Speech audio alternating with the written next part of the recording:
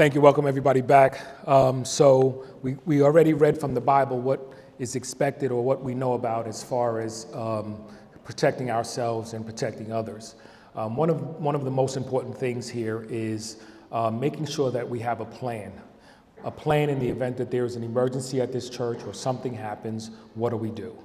And that plan could be from anything from a tornado, flooding, to active shooter, to anything. What do we do here? Do we have an active plan on how to respond to an emergency if something were to happen in our church today? And I sat in the back and I thought about that too today, is if something were to happen right now, how would we get these individuals out safely? Who would respond? Who's responsible for responding? What about our elderly, our disabled? Do we have a way to get them out quickly? And what is the plan for that? So tonight we're going to take a look at what is an emergency plan. So an emergency plan is a document set of procedures designed to guide actions in response to an unexpected crisis. Why do churches need an emergency plan? Churches are meant to be sanctuaries of peace, but they are not immune to emergencies, whether they be natural disasters, medical emergencies, or even violent incidents.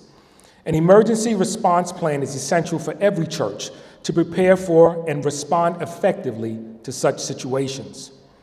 The constant flow of people, combined with unpredictable nature of emergencies, underscores the need for a well-structured emergency response plan. An emergency response plan helps to ensure that everyone knows their roles and responsibilities during an emergency. And as a result, this will save lives. After a disaster, and we become an entity that after a disaster, the local emergency management, the local responders have to worry about. And I don't believe that that's really the witness that we want. But unfortunately, it's the witness that we have. I want you to imagine what the witness of a church is when the rest of the community sees the aftermath of a massive tornado that strikes that community. And we have a church that had no plan, no disaster plan, no awareness built into their regular education of their parishioners, no trained ushers, no deacons, no Sunday school teachers, no vacation Bible school teachers that were ever taught what to do when a threat came. And all of a sudden, they're carrying bodies out of that church. What is the witness then? Show me how many churches in your community have had a tornado drill in the middle of a service. Because if your church hasn't done that, then I have no idea how that church can effectively minister. Because the honest to God truth is that your local public school is showing me that it cares more about my children than your church. The training that most disaster response teams go through is available free through FEMA. So when you find a church that wants awareness level training, that wants maybe above awareness level training, when you have a church that's serious enough to start going after this, the doors start to open.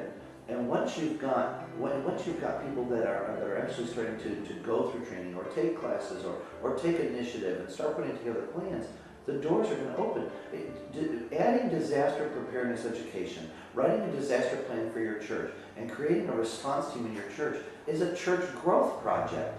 The minute you start to do it, you're going to start to attract other people in the community to your church that never saw value in your church before, but now they're going to say, hey, wait a minute, the outside world is so full of threats, it's been freaking me out, and you know what, instead of spending this Sunday staring at the Weather Channel wondering what I'm going to do, that church seems to have a plan, or at least wants to have a plan, and I want to go out because I want to be a part of that.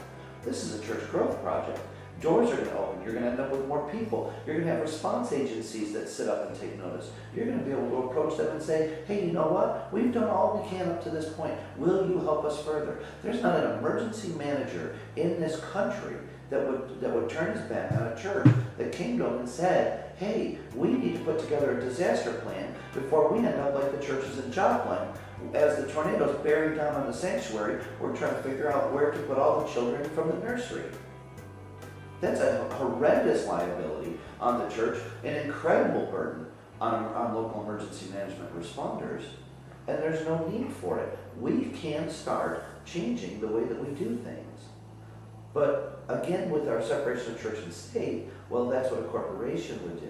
Well, that's what the public school would do. Well, and you know what? Here's what's unfortunate. I have a friend of mine that works for General Electric, and that company has spent perhaps millions of dollars training its employees on what to do in the event of any threat that could ever possibly come anywhere near the plant that he works in. And I know in my heart that GE is doing its best to protect my friend. And when my children come home from school and tell me that they've had a tornado drill at the school and a fire drill at the school, I know in my heart that that school is doing what it can to protect the lives of my children.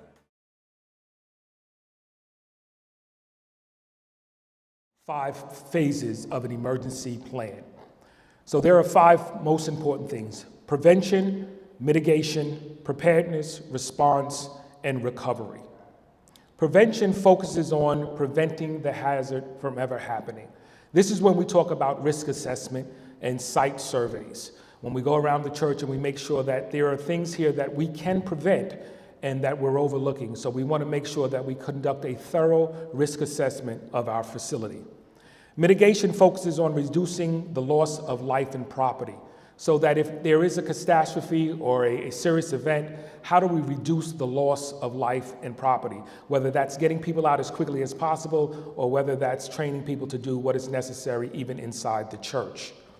Preparedness is a continuation of the planning cycle, training, evaluation, and taking corrective actions. And I can't stress enough how important training is.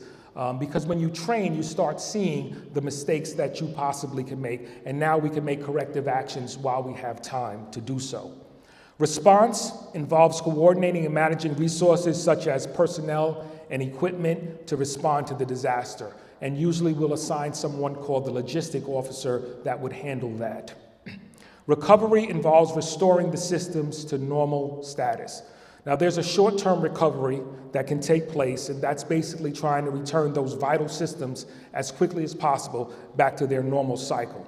And then there is a long-term recovery action that may continue to go indefinitely as we try to fix and rebuild our church.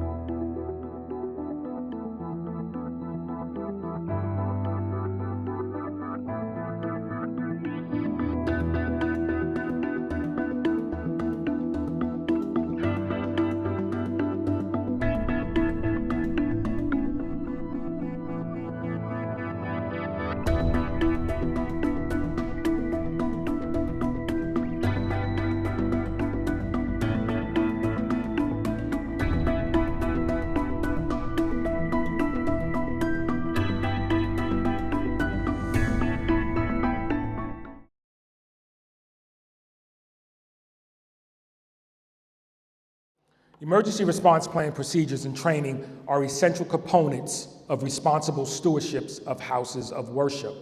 Plans help protect lives, property, and the continuity of operations, while also fulfilling the broader mission of serving and supporting our community. Why is that important? The serving and supporting of our community. The reason why that is critical is because in the event of a catastrophe that may happen at our church, what do we do for Sabbath? Where do we move to? And that's connecting with our neighbors in the event of an emergency. And what we usually do is we partner with a neighboring church, a neighboring facility, so we can have that continuity and continuing our worship. But we also have to reciprocate that also. So reaching out to our community, making sure they know that if you guys had an emergency or you guys had a catastrophe, you're welcome to come and use our church. And that's called that partnership.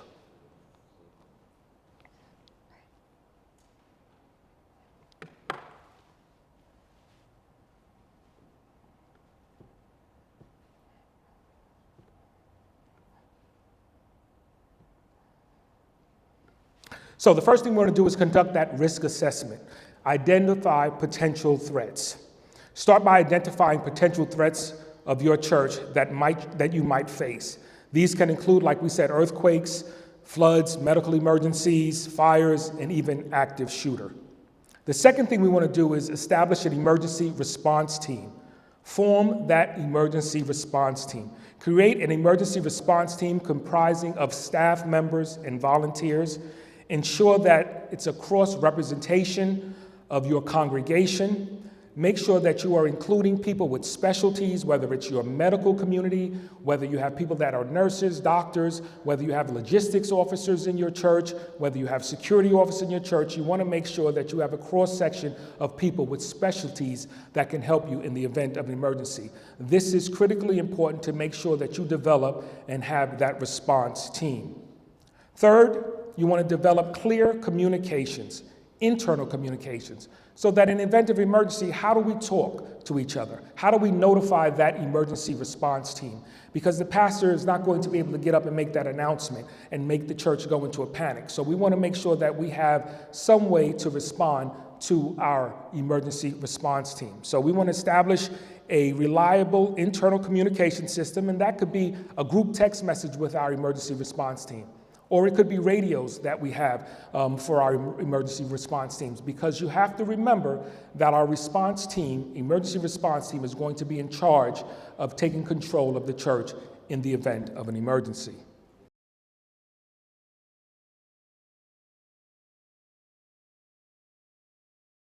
Four, we want to create detailed emergency procedures, evacuation plans, which are critical. Develop clear evacuation plans for different types of emergencies. Include detailed maps of evacuation routes and assembly points. Ensure these routes are accessible to individuals with disability and our elderly. So we want to make sure, because a lot of times we don't think about our elderly and our disabled. Where are they sitting in the church? Do they sit in the normal spots all the time? Do they move around? Have we recognized them every Sabbath of where they are in the event of emergency? So I know Sister Kinley sits in the corner there and she has a problem getting up and getting out. So I want to make sure that my security team Sabbath morning knows where our elderly are placed in the event of an emergency or an evacuation. We want to make sure that our evacuation points are established, our maps are established, and everybody has a clear understanding of where to go in the event of an emergency. Critically, we must, number 5, train and educate the congregation. And when I say train and educate the congregation, and I'm not talking about them knowing everything that the emergency response team knows. I'm talking about generally. Your church should know that we do have an emergency response plan here at our church. We do have an emergency response team at our church, and they will be responsible for evacuations and any emergencies that happen in our church. You will see that that will do wonders to your parishioners in your church, to know that we have an active plan and that we have people that have control of that plan, and that will help us in the event of an emergency. Number 6 says review and update the plan. Regular review and updates of emergency response plans to ensure it's relevant and effective. This includes information, your contact information, because people come in the church, they come and they leave. So you may have someone on your emergency response plan that's critical, a nurse, and she may be moving out of town. We got to make sure that that person is replaced. And what it does, it forces us to review our plans and make sure that they are all up to date.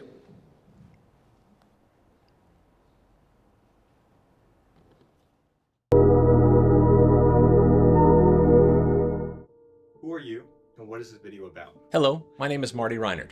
I am here representing the Immaculate Conception Safety Ambassadors. We are comprised of a group of volunteer parishioners with various backgrounds, whose goal is to prepare and to respond to various emergency and medical situations here at Immaculate Conception. Today, we are putting our skill sets to the test by having a mock medical emergency. We have been practicing for some time and have even included our local EMS and LaGrange Fire Department. Why is it important for your church to practice and learn emergency procedures? Churches and other public venues have large and varied populations, so it is understandable that a medical incident is likely at some point. This could range from someone having a stomach bug to someone having a heart attack, or even someone having a seizure, for example. With this said, we realize that we need to be better prepared to assist. Are we going to be perfect? No. But we need to start somewhere. And what better way to test than in a real-life setting that is actually in church during Mass? Failure to plan and to prepare has a much higher chance of a bad outcome than actually planning and preparing. No matter how badly we want to help someone, the adage is true: if you fail to plan, you plan to fail. How did this Safety Ambassador program get started? A safety group has been around Immaculate Conception for several years in some shape or form. We have some very dedicated parishioners that simply want to help protect the flock. Unfortunately, mass shootings have become all too common, especially in churches. So I would say our safety group reorganized and refocused. With that said, our previous pastor, Father Robert Barnell, challenged us to work together and to first develop a safety plan. One thing I believe is critical: we are comprised of parishioners with various skills and backgrounds. Today, the parish will see our medical professionals in action. We also have law enforcement as part of our group.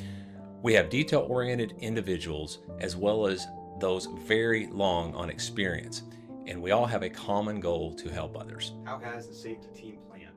I think during the development of our plan, we realized that we did not need to reinvent the wheel. Rather, we could lean on others to learn.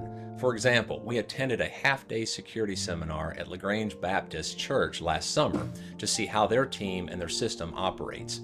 We also attended a CPR AED course at the Oldham County EMS headquarters to gain firsthand knowledge of using an AED. Both events were eye-opening and actually served as the impetus for today's drill. Sure, there are worst-case scenarios that you want to be prepared for, but there are also everyday higher percentage scenarios that you need to be prepared for. Is the Safety Ambassador team planning for other drills? The short answer is yes. The long answer is today's drill has been in the planning stages since about last September. So it is a lot of work put in by 100% volunteers. IC has 3 masses, Saturday evening and 2 on Sunday mornings, with each mass having its own demographics.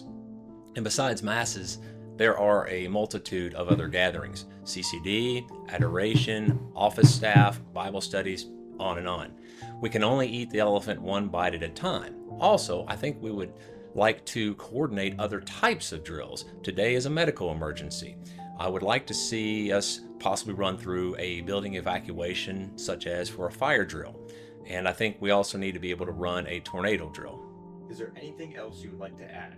My hope is that our parish gains more confidence in responding to an emergency. Perhaps IC can return the favor and assist other parishes and other church denominations in their safety planning.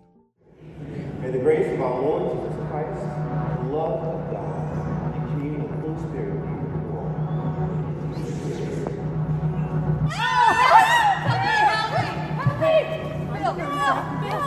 You're out good.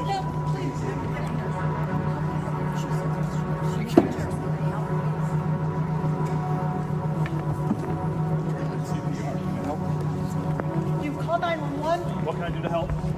get the bag and the AED. Get the backboard. All starting right here. All right, so you can come right in here, right up this row, right here. Now we're doing the same thing 2 rows behind the incident row. So one more row.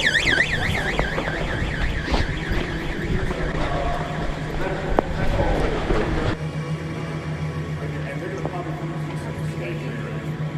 Okay?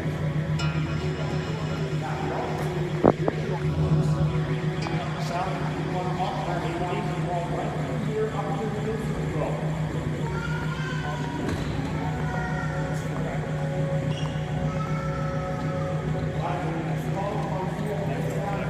Backboard under him.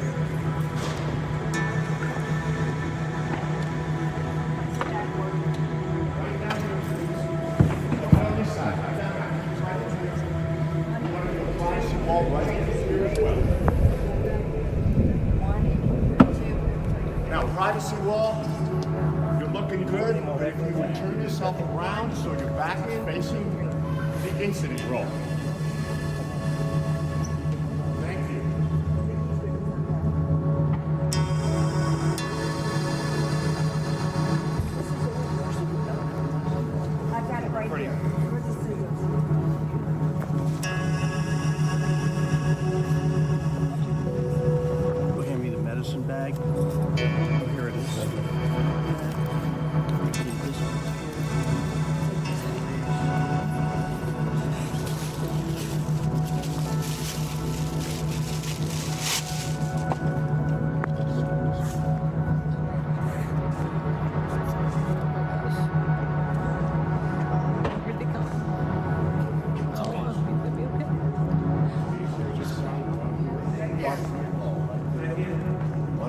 down here.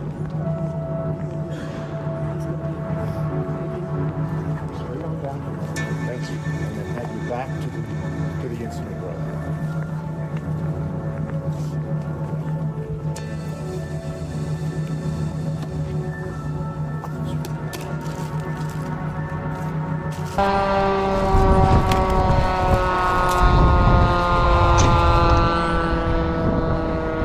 Privacy wall, stay in that position. Stand down. Thank you.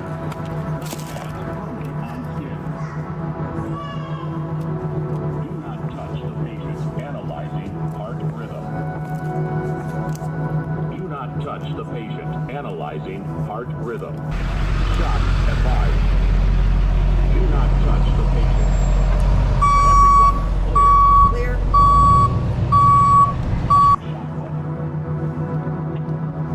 Shock delivered.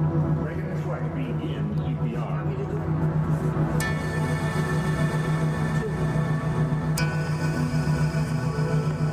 Right on down this aisle here.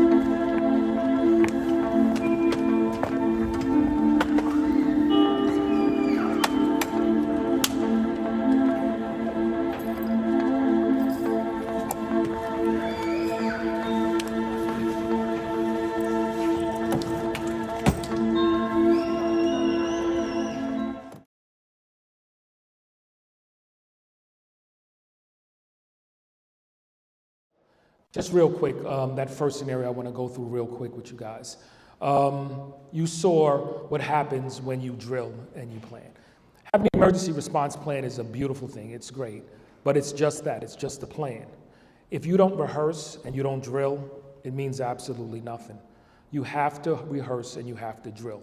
What we want to train our churches, and I want you to remember this, is we want you to default to your level of your level of training. Most people rise to their level of stress. I'll repeat that.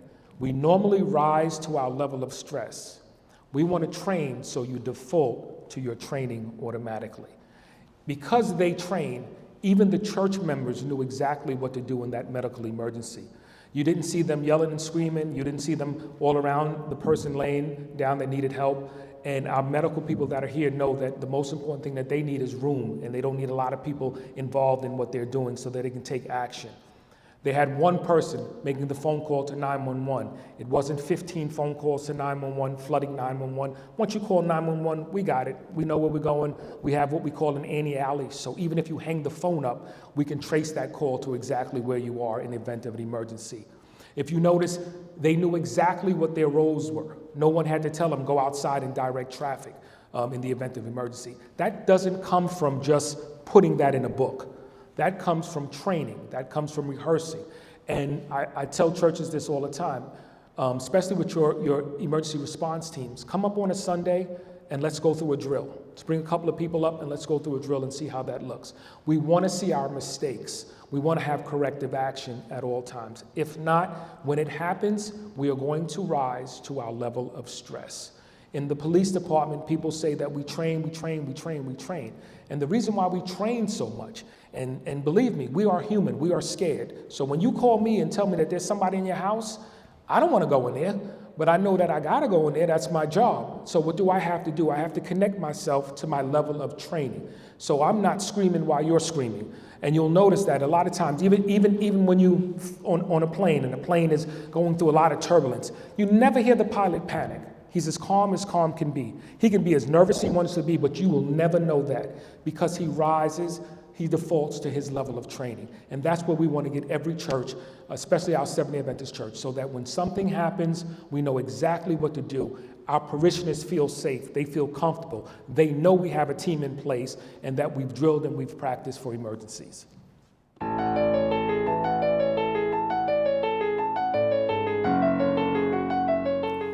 My name is Linda Johnston, and I'm the Director of Social Services for Tulsa County. Today I'm here with Reverend J. Malcolm Phipps of Bethel Seventh-day Adventist Church, who on March the 30th incurred the wrath of Mother Nature. Their church family and their church took a direct hit of a tornado. Reverend Phipps is going to tell us about his experience that day. We were gathered for midweek prayer service on March the 30th, and we had just finished our song service, and we had started our testimony time, and the alarm started going off on people's phones in church, and then the sirens went off. And so the members said, well, Pastor, do you think we need to just end the service and go home? I said, well, we don't need to go anywhere. We're in a cinder block church. We're probably safer than anybody else right now. What we need to do probably is get out of the sanctuary. And just at that point, we started to have prayer, and then the roof started coming off. And so we ran out into the lobby, and then the front of the church fell down in front of the church doors. And that was just after one of the members had come in. If she had been a minute later, she'd have been buried under those bricks. Then we moved to an alcove. There's just an alcove is a little area that was almost completely cement, cinder block. And we huddled in there and continued praying in there. Some of us had our hands over our heads and whatever to try to protect ourselves, but we just huddled in that spot, and that part did not collapse. And in the meantime, the upstairs fell down into the church, and it was a pretty frightening thing. It was a lot of noise, a lot of dust, a lot of swirling. It was what you hear stereotypically like a freight train coming. It's exactly what it sounded like.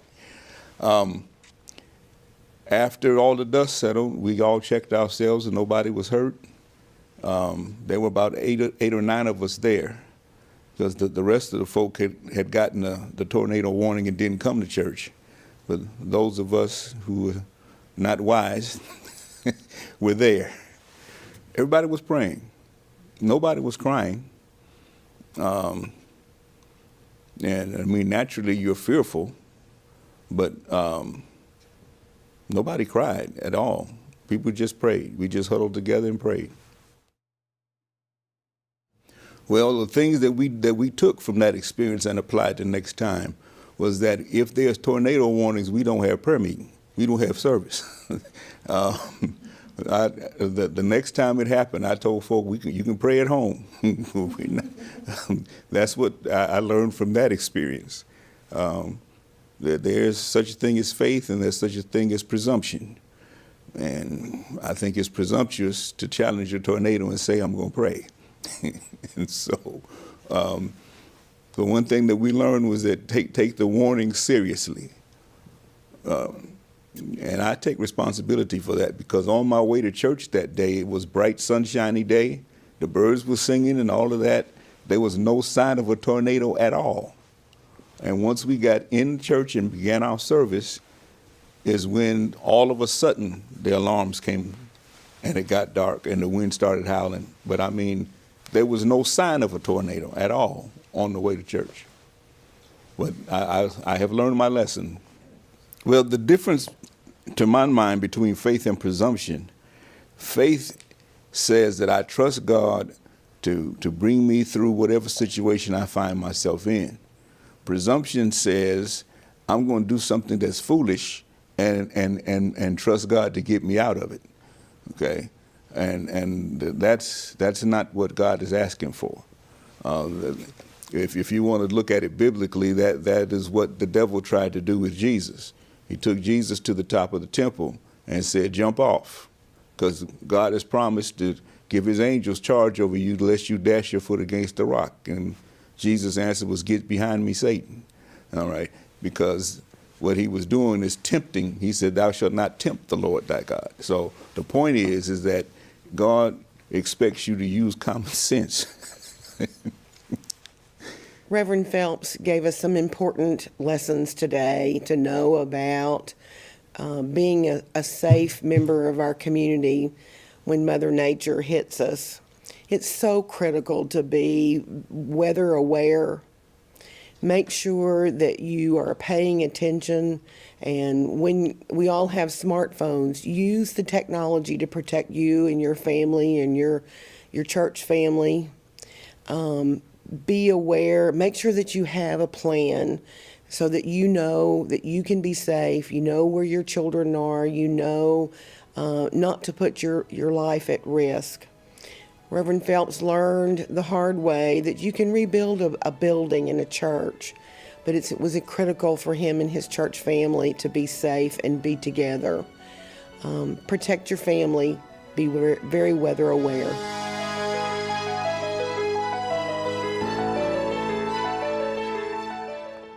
What's interesting about that is what did the pastor learn from that incident? You heard him talk about, I've learned to listen to the alarms that go off. One thing you didn't hear is, I learned that we need to develop a plan in our church. And sometimes things are going to happen and you may not have time, and that might have been the case there. I'm not second guessing him at all. But that's really what you want to hear is, I learned that we didn't have a plan. Even though it was prayer meeting and there was only a few people here, he had to make a split-second decision and the parishioners had to follow him. What happens if there was children's or pathfinders were going on in the other building somewhere? How would you have contacted those kids? You don't think parents here would have been trying to get to those kids over there, trying to save their own kids? That's the only thing that I took away from this, is that yes, he was smart. He got people where they needed to go safely, did a lot of praying, which of course we know, we believe in faith, but faith without works is dead. So yes, prayer is beautiful and we keep praying and we pray for safety, but how much different would it have been if we would have done like the video prior to that and we would have had drills and practices on what to do in the event of a storm or something happens? Where do we go? What if the pastor was not there? Would the church members know where to go? What if he stepped out and he couldn't get back in? Would they know where to go? So that's why I'm saying that it is critically important that we have a robust emergency response plan. And we don't keep it to ourselves, but we make sure that the church family and our community know exactly what that plan is and what it looks like. And the most important thing is that we rehearse and we drill on that plan. In conclusion, I'm going to tell you that every church needs an emergency action plan to ensure the safety and security of its congregation. By conducting a thorough risk assessment, establishing an emergency response team, developing clear communication channels, creating detailed emergency procedures, and regularly training the congregation, churches can prepare for and effectively respond to emergencies. Thank you.